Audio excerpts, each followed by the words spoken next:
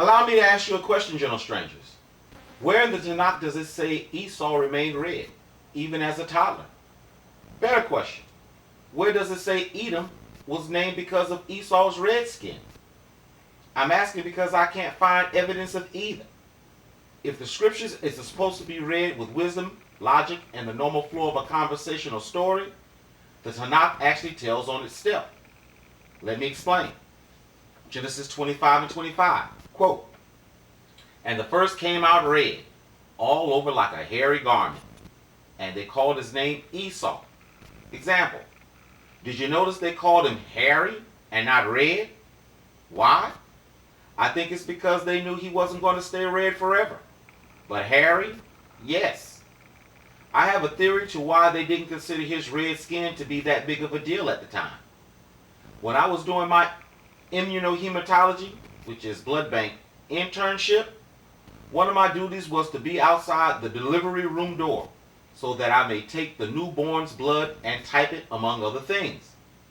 I would laugh at myself as being a mean person because I would always say the babies were ugly, and I couldn't tell in many cases if the baby was white or black.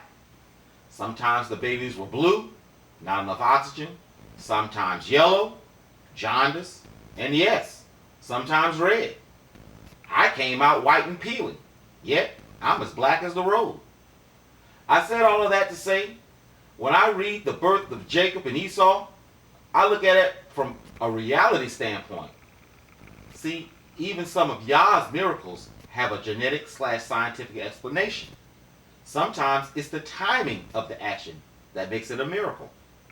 So, me reading Esau came out red was really no big deal. But more about that later. I know just about each and every one of the less informed people out there are screaming at their computers that Edom means red, thus pointing to Esau's red skin. Am I right about it? If you are one of those people, put down the white man's concordance and listen to the word of Yah. Genesis 25 and 30. Quote, "And Esau said to Jacob, Feed me, I pray thee, with that same red pottage, for I faint. Therefore was his name called Edom." Example, as you can see, even when the perfect opportunity and context presented themselves, we are told he was called red because of the stew he wanted, not because of his skin. If I wanted to convey a message to you that Esau or Edom means red because of his skin, this was a perfect time as any, but it doesn't. So I started thinking to myself.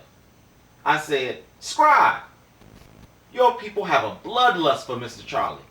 I understand it, but it's just like what the Kung Fu guys do to their opponents." Automatically, I knew what I was saying. I was basically saying to myself, the evildoers are using their anger against them by giving them the perception of discovering damaging information on Mr. Charlie. But the Hegelianism is that in the midst of the information is a message of inclusion into the normal genus of mankind. Seeing the Hegelianism, I immediately started researching the signs and symptoms of diseases that will cause Esau's condition. I haven't heard a newsflash yet that our anatomy and physiology has changed, so whatever he had then, someone has today. Check out what I found and tell me if it doesn't fit Esau like a glove.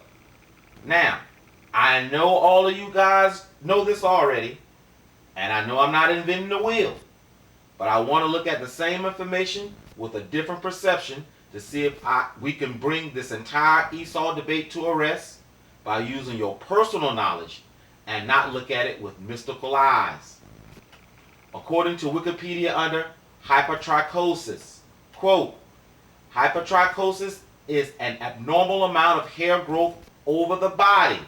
Extensive cases of hypertrichosis have informally been called werewolf syndrome because the appearance is similar to a werewolf. The two distinct types of hypertrichosis are generalized hypertrichosis, which occurs over the entire body, and localized hypertrichosis, which is restricted to a certain area.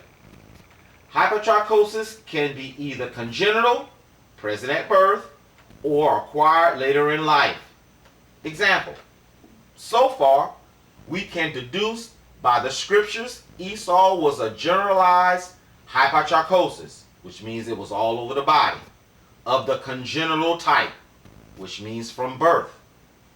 I know some of you naysayers who actually understand the purity of certain bloodlines want to scoff at my theory because it means there was genetic tampering in the lineage of the Messiah. Damn, you guys are tough. Okay, listen up. Here comes the tricky part. The big fig Newton. Under signs and symptoms, causes, quote, congenital hypertrichosis may be caused by an inverse mutation on the 8q chromosome. Now I know you guys are yelling.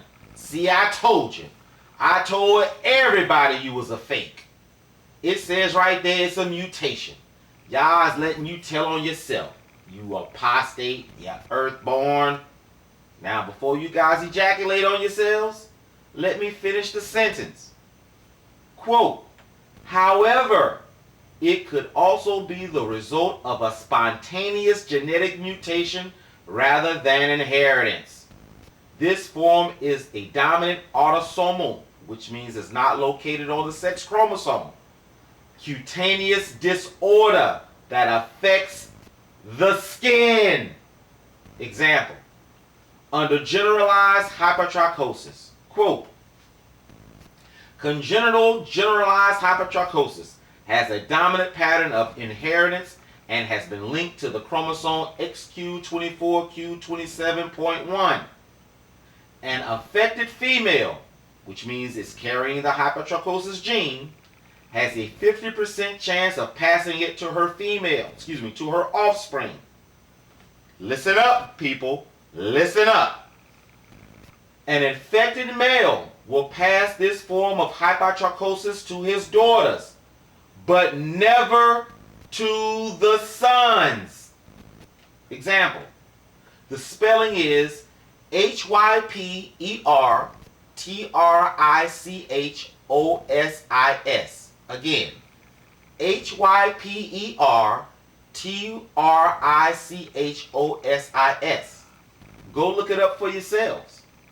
So as you can see, even if Esau had red skin, white skin, whatever, he would have never passed it to his sons.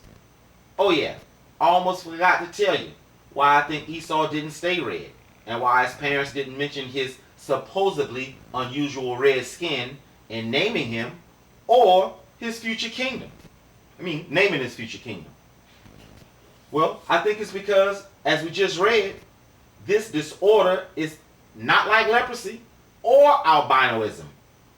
This disorder is a cutaneous disorder. According to freedictionary.com, under cutaneous, quote, related to or existing on or afflicting the skin.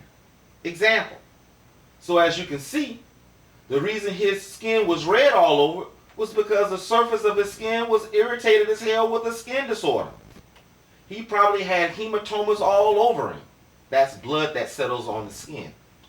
Blood that settles at the skin level. Like all disorders and skin color with newborn babies, their rightful tone comes into focus after time.